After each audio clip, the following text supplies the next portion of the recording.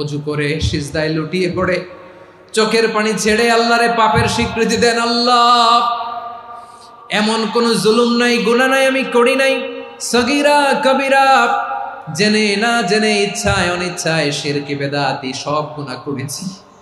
আল্লাহ, আকাশের নিচে জমিনের উপরে আমার চেয়ে বড় গুনাহগার আর কেউ নাই। চোখের পানি ছেড়ে আল্লাহরে বলেন, আল্লাহ, আমি ছাড়া তোমার গোলামের অভাব নাই, তুমি ছাড়া আমার দ্বিতীয় কোনো রব নাই, তুমি ছাড়া তো কেউ আমার গুনাহ ক্ষমা করার নাই, তুমি আমার রব, তুমি আমার সব। বলতে পারবেন? এই তাকরীর আমার পটুয়াখালীর ভাইয়া, এই স্বীকৃতিটা দেখতে আল্লাহ বড্ড ভালোবাসেন, কারণ আমরা সবাই গুনাহগার। আমরা সবাই কি? বিশ্বনবী বলেন, কুল্লুকুম খাত্তাউন, বানি আদম, তোমরা সবাই পাপী। সবাই কি? সবাই পাপী। আমরা সবাই পাপী। আপন পাপের বাটখারা দিয়ে অন্যের পাপ মাপি। আমরা যে পাপী এটা ভাবতে মনে চায় না কারো, খালি অন্যের পাপ দেখি আমরা, এটা ভুল। ওর এই পাপ, ও পাপী, ও জালেম, ও জাহান্নামী, এরকম একটা টেন্ডেন্সি। আমার যে কি হালাত এটার খেয়াল নাই। খেয়াল করতে হবে যে আমি সবচেয়ে বড় পাপী, ঠিক কিনা বলেন? পাপ করি নাই এমন কেউ আছি? হ্যাঁ, আছি। কেউ না জানলেও জানে কে আমার পাপের ঘটনা? পৃথিবী না জানুক আমি তো জানি, আমি কি পাপ করেছি।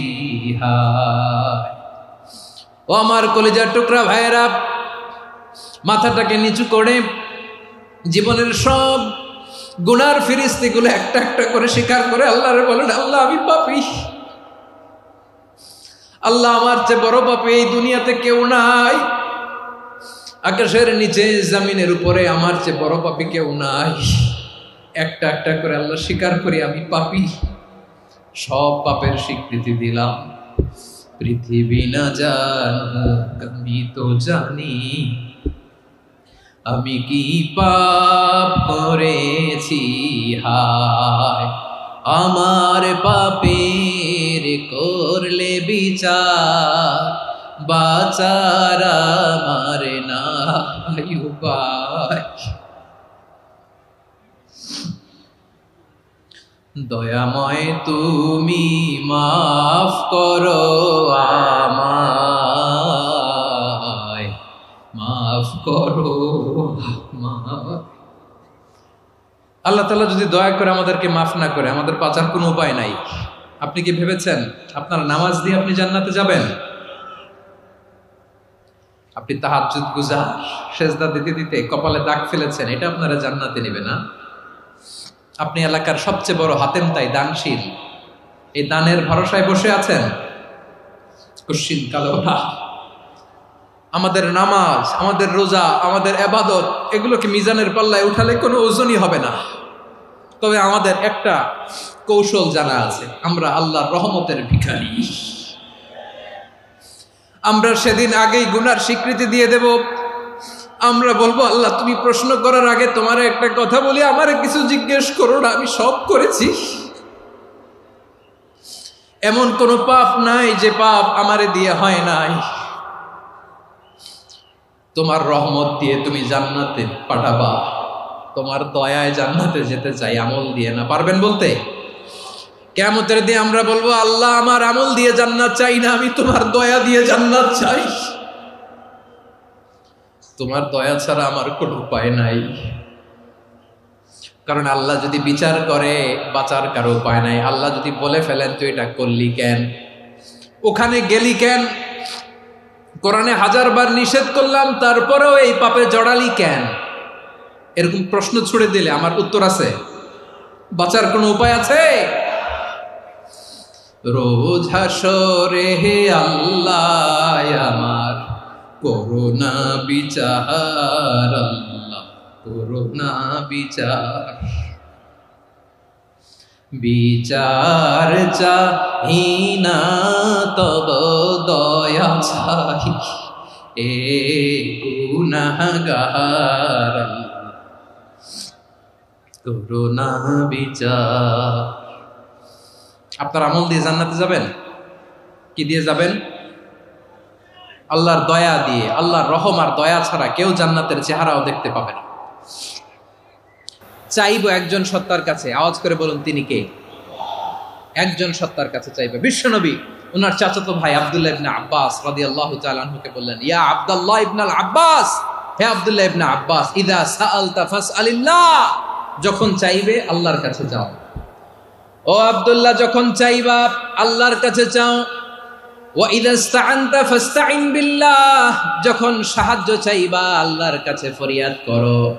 জেনে রেখো আব্দুল্লাহ, ওয়া'লাম আন্নাল উম্মাতা লাউ ইজতামাআত আলা আন ইয়ানফাউকা বিশাইইন লাম ইয়ানফাউকা ইল্লা বিশাইইন ক্বাদ কাতাবাহু আল্লাহু লাক।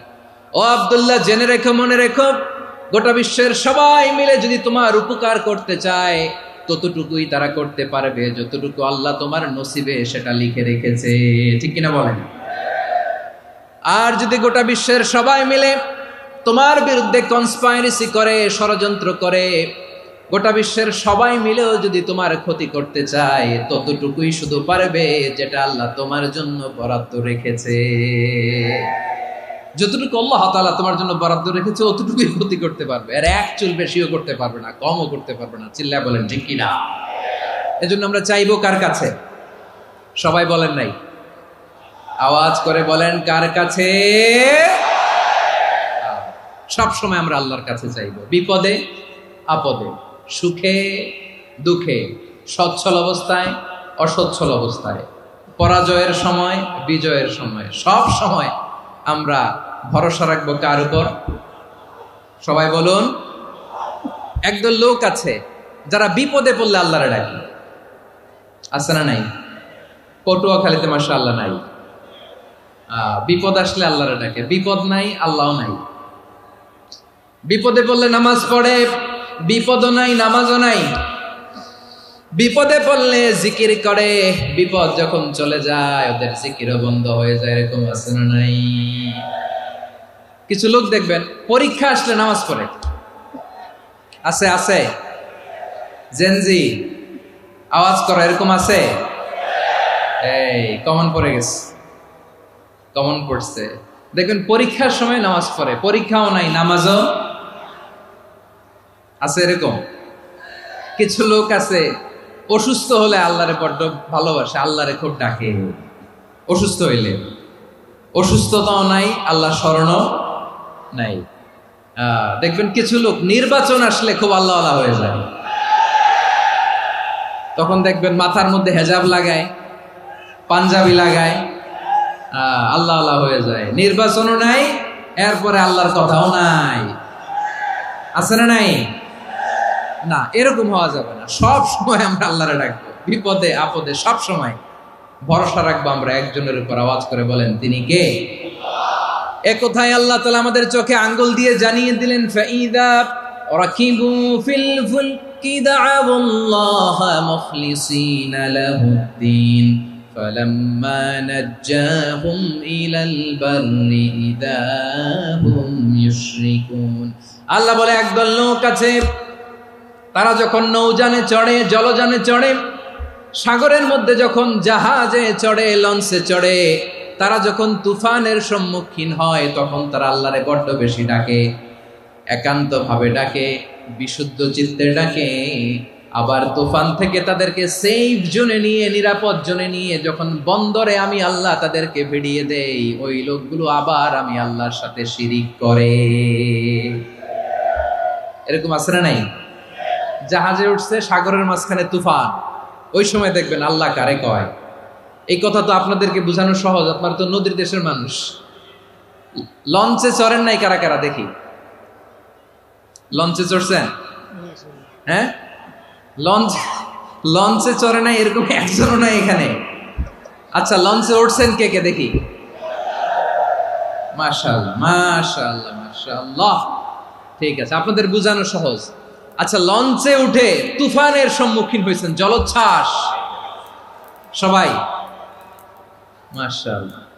তো এই ওয়াজ তো আপনাদের মুখস্থ, ঠিক কিনা বলেন? আমার বলার দরকার নাই, বলেন।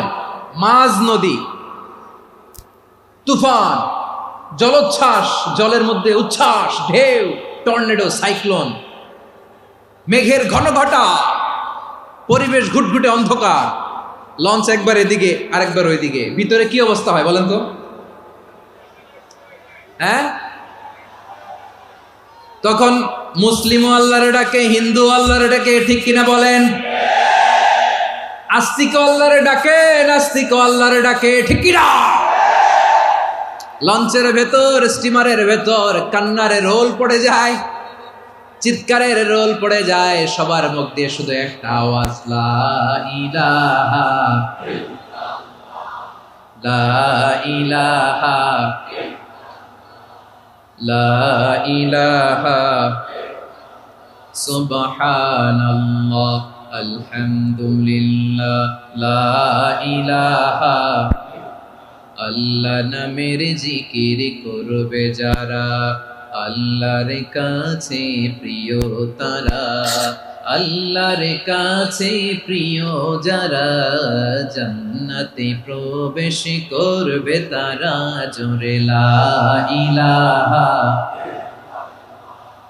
লা ইলাহা ইল্লাল্লাহ লা ইলাহা ইল্লাল্লাহ মুহাম্মাদুর রাসূলুল্লাহ সাল্লাল্লাহু আলাইহি ওয়াসাল্লাম।